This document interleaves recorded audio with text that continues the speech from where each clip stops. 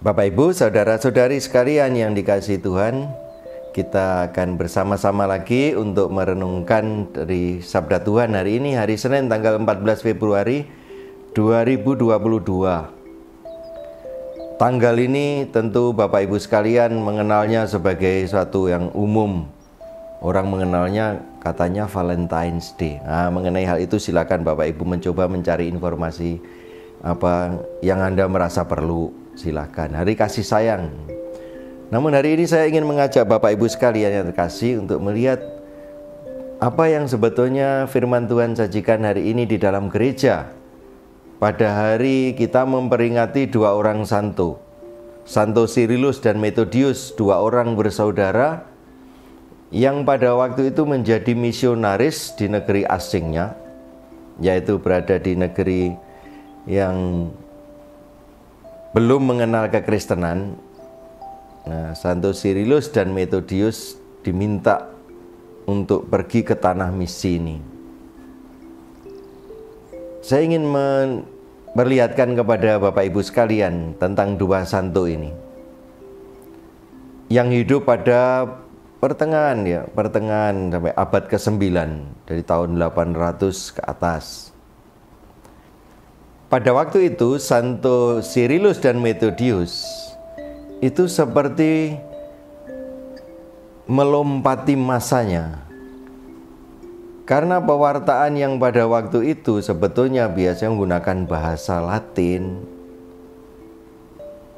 Tetapi Cyrillus dan Methodius berada di negeri Slavia ini menggunakan bahasa daerah. Dan itu yang kita kemudian menikmati. Yang lebih besar lagi kesempatan ketika Konsili Vatikan kedua tahun 1962-65. Nah, gereja sebetulnya sangat terbuka sejak awalnya. Itu naik turun ya. Bagaimana sebetulnya bahasa daerah, kekayaan daerah itu menjadi bagian dari kehidupan iman untuk pewartaan. Nah, kedua santo kita ini, Cyrillus dan Methodius, adalah pewarta Injil kepada bangsa Slavia dengan menggunakan bahasa lokal.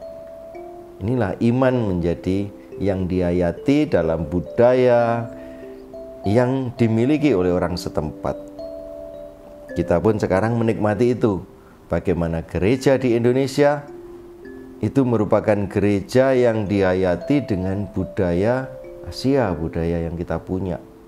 Ini kekayaan yang sungguh luar biasa.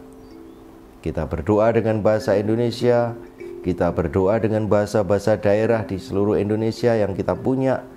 Dan itu membangun iman yang sungguh dirasakan sebagai iman yang mendarat, iman yang membumi.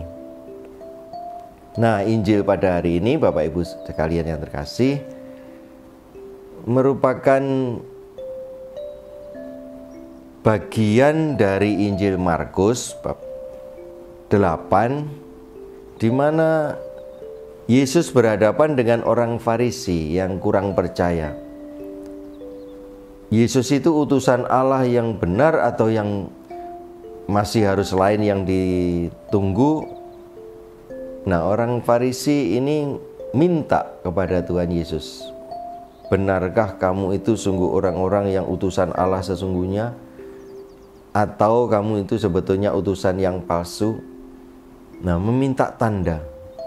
Disinilah Tuhan Yesus menegaskan, angkatan ini tidak akan diberi tanda. Bapak Ibu sekalian yang dikasihi Tuhan, semakin orang itu percaya kepada pribadi lain, sebetulnya semakin sedikit dia itu memerlukan tanda. Semakin orang tidak percaya kepada pribadi lain atau juga mungkin institusi lain, semakin diperlukan tanda. Mengenai kehidupan iman kita kepada Tuhan, kita memang seringkali disibukkan juga dengan pemikiran-pemikiran yang seperti ini. Apakah tandanya ya kalau Tuhan mencintai saya? Apakah tandanya ya Tuhan kalau melindungi saya? Apakah tandanya Kita ini seperti meminta bukti benar atau tidak, benar atau tidak.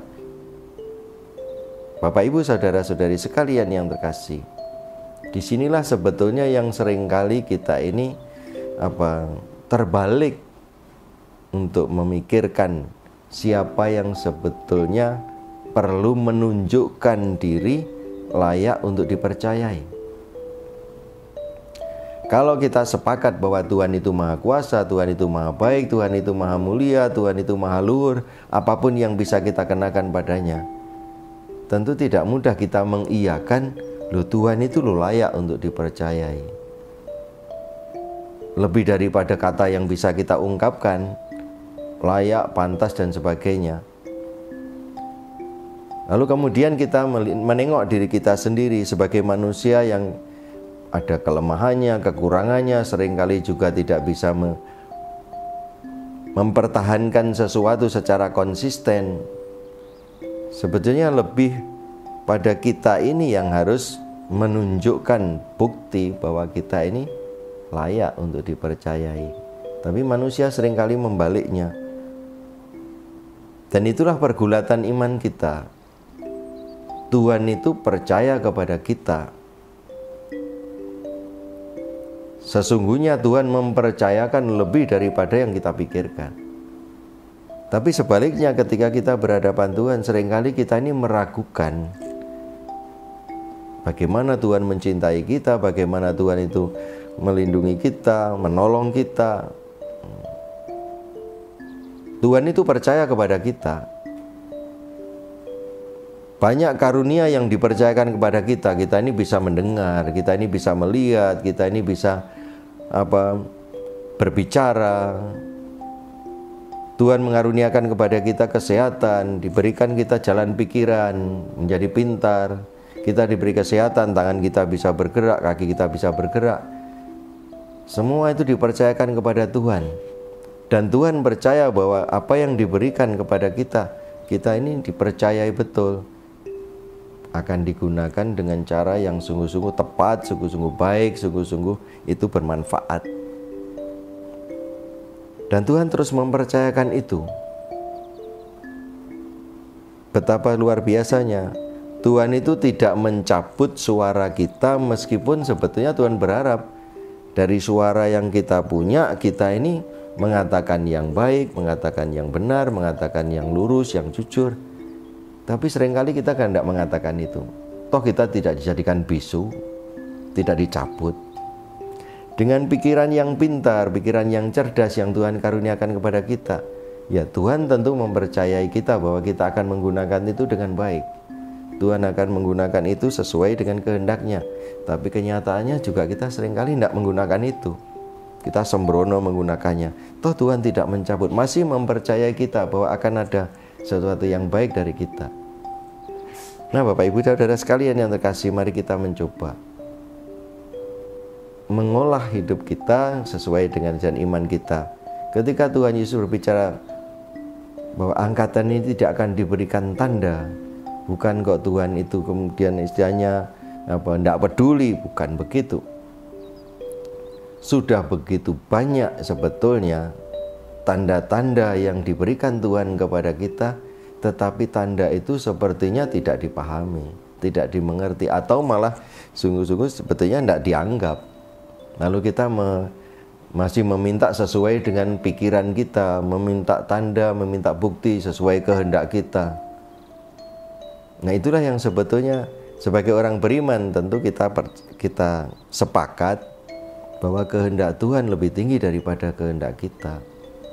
Tetapi dalam praktiknya kita seringkali juga sulit untuk menempatkan ini. Nah, itu dituntut kita untuk kerendahan hati. Mari kita percaya kepada Tuhan dan utusannya, Tuhan Yesus, dan kita melihat kehendak Tuhan yang begitu baik itu sudah diberikan kepada kita, dipercayakan kepada kita. Siapa yang layak untuk diuji? Tentu kita yang harus diuji, bukan Tuhan yang diuji. Masa kita meminta tanda dari Tuhan yang Maha Kuasa itu sebagai bukti supaya kita menjadi lebih baik. Dibalik, tentu kita akan sepakat dengan kalimat ini, yang perlu membuktikan, yang perlu menunjukkan apa yang baik, apa yang bisa untuk menjadi jalan keselamatan, bukan Tuhan yang diminta menunjukkan bukti, ya kita yang harus membuktikan. Selamat menikmati iman dengan penuh kegembiraan, sukacita. Kembali lagi, kita tidak boleh menyodorkan kehendak kita sebagai ukuran. Nah, kalau kehendak kita sebagai ukuran, kita akan minta tanda. Tapi kalau kehendak Tuhan sebagai ukuran, kita bisa lebih mempercayai dan lebih slow, lebih rileks. Mungkin kita belum bisa meyakini, belum bisa mempercayai, ya karena keterbatasan kita, bukan karena kekurangan dari Tuhan. Amin.